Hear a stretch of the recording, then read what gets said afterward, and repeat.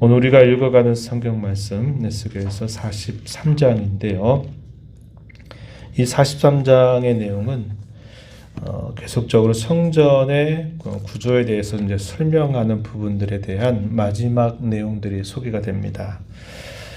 1절에서부터요 12절까지에서는 성전을 떠났던 하나님의 영광이 다시 성전으로 들어와서 그 성전에 하나님의 영광이 가득 찬 모습을 하나님이 보여주십니다. 그리고 나서 어떤 말씀을 주시냐면은 그 새로운 성전에서 이제 하나님께 새롭게 드릴 제사, 이 제사를 위해서 꼭 필요한 것, 번제단에 대한 말씀이 이제 13절에서부터 마지막 절까지 쭉 소개가 됩니다. 이 번제단을 소개하는 이유는 그들이 희생의 제물을 가지고 희생의 제사를 드릴 때 반드시 이 번제단에서 그 희생의 제물을 태움으로써 제사를 드리게 되기 때문에 그러합니다. 이 부분에 대해서 이제 우리가 뒷부분에서 보게 될 것입니다. 우리가 앞에서 에스겔서 초두에 말씀을 쭉 읽었던 것을 다시 되돌아보면 성전에 가득했던 하나님의 영광이 성전에서 떠나가는 모습을 에스겔이 환상을 통해서 보게 됩니다. 그때는 그가 포로로 끌려온 지 오래되지 않았을 때다. 그런 말씀을 함께 나누었죠. 포로로 끌려온 지 한 5년 정도 지나고 났을 때 바벨론 그발 강가에서 그가 환상을 보는데 그가 예루살렘의 모습을 하나님이 보여주시면서 그 성전에서 여호와의 영광이 빠져나가는 것을 보면서 하나님께서 결국 그 백성들에게 심판을 행하시는 모습이 소개가 되었습니다. 그 심판으로 인해서 결국 세 번째 침공을 당하게 되면서 유다 나라가 패망하게 됐고 이제 또 다른 자신들의 동료 백성들이 예루살렘으로부터 포로로 끌려오게 되는 일이 생겨나게 된 겁니다. 그리고 시간이 흘렀습니다. 하나님께서 이 에스겔을 데리고 또다시 예루살렘으로 그를 데리고 가셔서 이 예루살렘에 새롭게 있게 될 새 성전에 관한 환상을 보여주시게 돼요. 이것이 에스겔서 40장에서부터 쭉 마지막 장까지 이어지는 부분이다 말씀을 드렸습니다. 에스겔서 10장 18절이나 11장 23절 보게 되면은 이 예루살렘의 여호와의 영광이 떠나가게 되면서 결국 심판이 임하게 되는 일들이 실제로 일어나게 됩니다. 이 내용이 에스겔서 33장 21절에 표현이 되어 있어요. 오늘 우리가 읽은 본문 8절 말씀 그 부분에 가서 보시면은 이렇게 말씀을 하고 있습니다. 8절 그 부분에 보면은 또 그 행하는 가증한 일로 내 거룩한 이름을 더럽혔으므로 내가 노하여 멸망시켰거니와 이렇게 표현합니다. 하나님의 영광이 예루살렘에 있게 될 때는 이런 일이 일어나지 않지만 하나님의 영광이 예루살렘 성전을 떠나가게 되면서 결국 심판이 일어나게 되었다라는 것을 말해주고 있는 것입니다.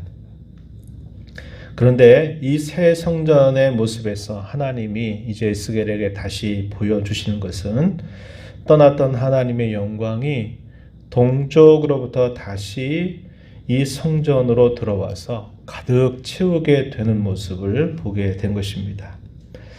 2절 말씀에 이렇게 표현하죠. 이스라엘 하나님의 영광이 동쪽에서부터 오는데 하나님의 음성이 많은 물소리와 같다.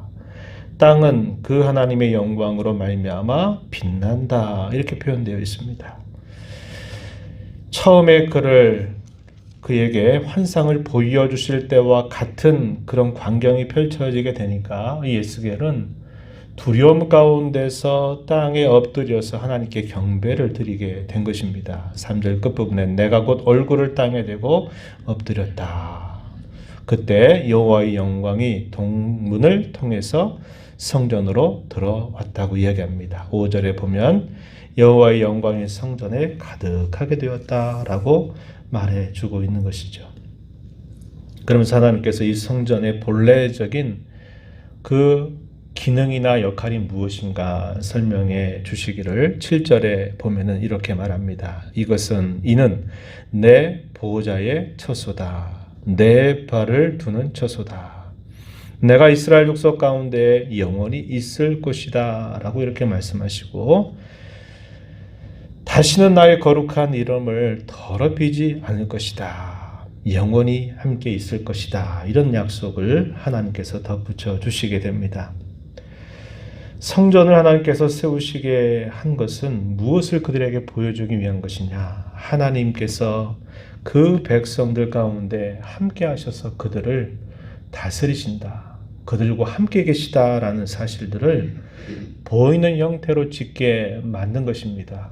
그러나 그것이 뜻하는 바는 그것 자체가 하나님이 될 수는 없는 겁니다. 그런데 역사 속에서 이스라엘 백성들이 끊임없이 실수했던 것이 뭐냐면, 그것이 상징하고 있는 중요한 의미, 하나님의 보좌를 보여주고 하나님이 거기에 임재하시고 하나님이 거기서 말씀하신다고 하는 것을 잊어버리고 성전 자체가 마치 하나님인 것처럼 생각하면서 그것을 우상처럼 여기게 되는 일이 생겨나게 된 것입니다.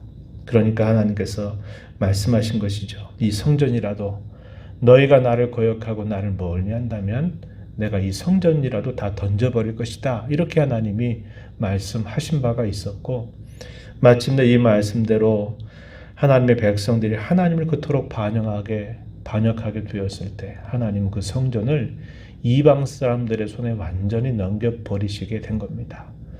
그러면서 결국 역사 심판이라고 하는 것이 일어나게 된 것이에요. 그런데 하나님은 모든 소망이 끊어졌던 그 자리에서 다시 그 백성들에게 새로운 소망과 약속을 주시면서 이 새 성전의 모습을 보여주고, 그 새 성전에는 하나님의 영광이 가득한 모습을 다시 보여주고 있다 하는 것입니다.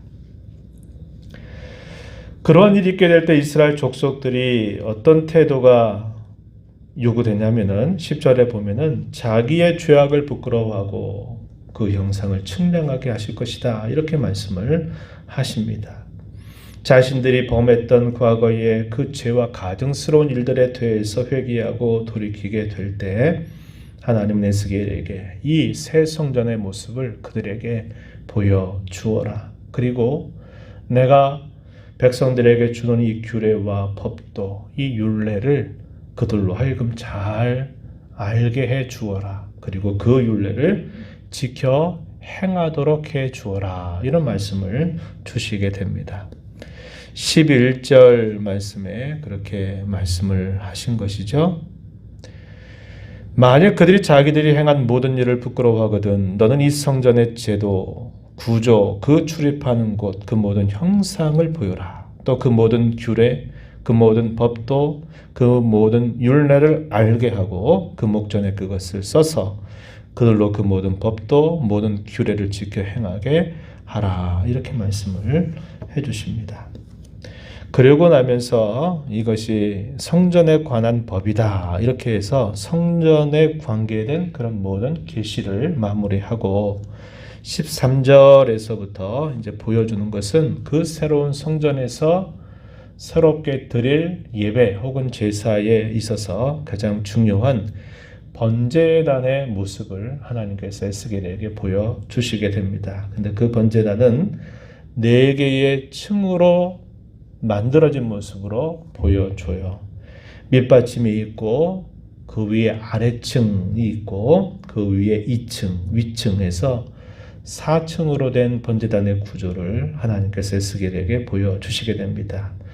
밑에 쪽에는 크기가 넓어요. 그리고 위로 올라갈수록 그 크기가 조금씩 작아지게 됩니다. 그래서 마치 이렇게 피라미드와 같은 구조를 보이는데 안정적인 구조를 취하고 있다는 겁니다. 그리고 그것의 치수가 어느 정도 되는가 하는 것들에 대한 구체적인 치수를 말씀해 주시고, 그 절 가운데 17절 마지막 가서 보게 되면은 이렇게 말합니다. 그 층계는 동쪽을 향하게 할 것이다. 이렇게 말씀을 하십니다. 번제단으로 올라가는 그 층계를 동쪽으로 향한다 이 말은 성전으로 들어가는 정문이 동쪽문이다 그랬죠. 그래서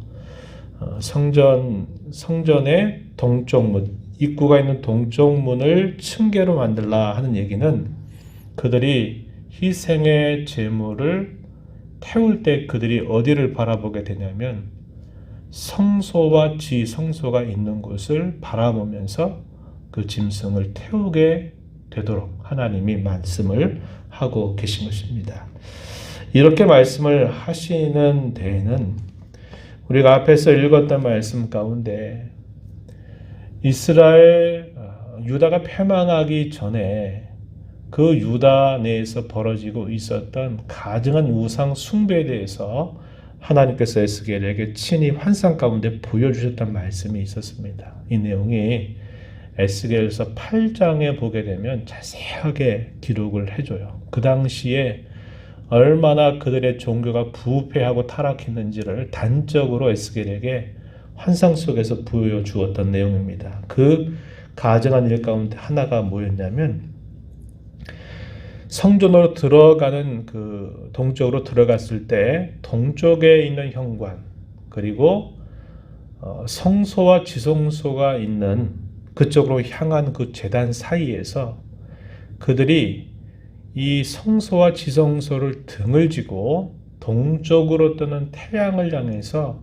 숭배하는 우상 숭배를 했던 모습들을 하나님의 에스겔에게 보여주신 바 있어요. 이 내용이 에스겔 8장 16절에 기록이 됩니다. 그래서 태양이 동쪽에서 떠오르잖아요. 그러니까 동쪽에 떠오르는 태양을 향해서 숭배를 하고 있는 모습이 그려집니다. 그러면 당시에 여호와의 언약궤가 있는 지성소 쪽은 등을 지게 돼 있어요.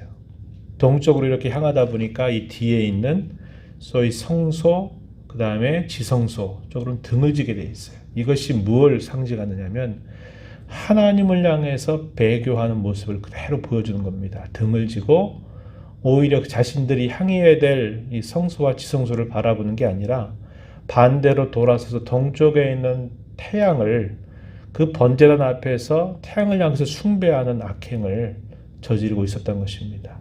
그래서 하나님은 여기 이 번제단의 모습을 이야기하면서 그들이 반드시 희생의 제사를 드릴 때에는 그들이 동쪽 문을 향하지 않고 여호와의 언약궤가 있는 성소를 향해서 바라보면서 그들이 희생의 제사를 태우도록 소위 말해 제사를 드리도록 하나님이 하셨다는 것을 보여주게 됩니다.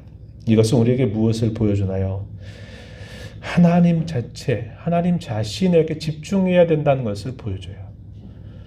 예배하러 왔는데 예배 와가지고 하나님께 집중해야 될 우리의 마음이 틀어져서 하나님 앞에 예배하고 있다는 예배를 받으시는 그 하나님께 집중하지 않고 오늘은 누가 왔네 안 왔네 뭐가 어떠네 또 한 주간 동안 살면서 삶의 염려나 근심이나 걱정 이런 생각들을 젖어보게 되면 몸은 예배당에 나와 있지만 실제로 그 예배의 가장 핵심으로 들어가지 못하게 될 때가 얼마나 많이 있는지 몰라요.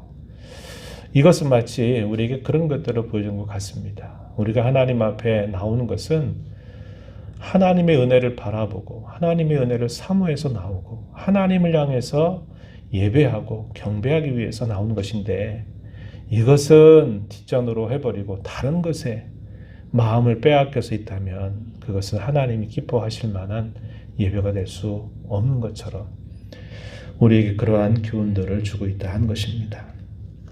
그리고 그러한 번제단에서 자행되었던 우상 숭배를 하나님이 정결하게 하기 위해서 이 번제단을 봉헌해 하는 그런 절차를 보여주시는 말씀이 18절부터요 마지막 절까지 쭉 이어지게 됩니다. 왜냐하면 그 번제단에서 가증한 우상 숭배를 그들이 범하게 되면서 결국은 역사 심판이라고 하는 징계를 받게 되었기 때문에 하나님은 그 번제단을 정결하게 해서 봉헌하게 하시는 절차를 에스겔에게 보여주고 계신 겁니다.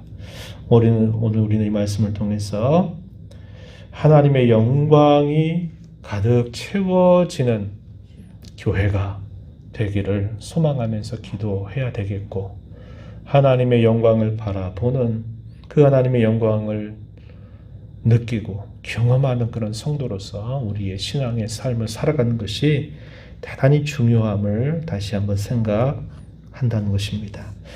코로나 시대를 지나고 코로나 이후 시대를 바라보면서 우리가 간절하게 기도해야 될 것은 하나님의 임재와 영광이 다시 주의 백성들에게, 주의 성도들에게, 교회를 이루는 성도들에게 다시 충만하게 임하는 그런 역사가 있도록 간절하게 기도하고 힘을 기울이는 자세를 가져야 하겠다 하는 것입니다. 그렇게 하나님의 영광이 가득 채워지는 교회, 그런 성도가 되려 하면 우린 두 가지를 생각하게 돼요. 하나는 뭐냐면 우리가 아까 읽었던 말씀 11절에 보게 되면은 자신들의 죄악으로부터 가증했던 행실들로부터 회개하고 돌이키는 일이 있어야 한다는 겁니다. 진정한 회개의 모습이 우리에게 다시 회복이 되고, 이 회개는 끊임없이 우리의 삶 속에서 진정으로 거듭 반복되어야만 되는 일이다 하는 것을 우리가 꼭 기억해야 되겠고, 또한은 회개만 하고 끝나는 것이 아니라 이후에 주어졌던 말씀 1절 이렇게 쭉 이어지는 말씀 거기 보게 되면 뭐라고 얘기합니까? 하나님의 말씀, 또 법도, 규례, 율례로 표현된 그 하나님의 말씀을 우리가 힘써 지켜 행하는 거룩한 삶이 필요하다고 하는 겁니다. 하나님의 영광이 교회 가운데 또 우리 모든 성도들에게 다시 가득 채워지는 삶을 살기 위해서는 이 두 가지가 필요하다는 거예요. 끊임없는 진정한 회개, 그리고 하나님의 말씀을 따라서 즐겨 그리고 힘써 살아간 그 삶이 우리에게 회복이 되면 우리가 하나님을 섬겨 신앙생활하는 걸음 속에서 하나님의 영광을 경험하면서 바라보면서 누리면서 살아갈 수 있게 된다는 것을 깨닫게 됩니다. 이러한 일들을 위해서 간절한 마음으로 함께 기도해 주시기를 부탁합니다. 하나님 아버지, 이 새벽을 깨우며 오늘도 저희들의 걸음을 주께로 향하게 하심을 감사드립니다. 하나님 아버지, 현실적으로는 절망적이고 소망이 없는 상황이 있을 때 하나님은 또다시 그 백성들에게 새 성전의 영광을 보여주시고, 예루살렘 성전을 떠났던 그 하나님의 영광이 다시 성전으로 들어와 그 성전을 가득 채우는 모습을 보여주십니다. 그들로 하여금 자신들의 과거의 죄악에 대하여 후회하게 만들고 부끄러워하게 하시고, 다시 주님의 말씀을 그들의 마음과 삶에 채워서 힘써 살아가게 하실 것을 그들에게 말씀해 주시면서 그들이 이러한 새 성전에서 드릴 예배가 어떠해야 될 것을 계시하여 주셨습니다. 오늘 이 말씀을 저희가 살펴보면서 저희가 이루는 이 교회가, 또 저희들이 이 땅에 살아가는 저희들의 삶 속에 늘 하나님의 거룩한 임재와 영광이 충만한 그런 삶이 되기를 간절히 소망합니다. 하나님 아버지, 참되고 진실한 회개를 통해서 우리의 삶을 끊임없이 돌이키는 일들, 하나님께서 저에게 주신 말씀을 우리의 마음에 귀를 열고 들어서 그 말씀을 따라 힘써 자원하는 마음으로 살아가는 삶을 꿈꾸면서 저희들의 삶이 이 코로나 시대를 지나서 코로나 이후의 시대를 바라보면서 진정으로 교회다움을 다시 회복하는 은혜를 힘있게 해주시기를 바랍니다. 오늘도 내 보좌 앞에 나와서 아버지의 은혜를 간절하게 구하는 모든 심령들의 간구를 귀 기울여 주시고 응답해 주시기를 바라며 예수님 이름으로 기도하옵나이다. 아멘.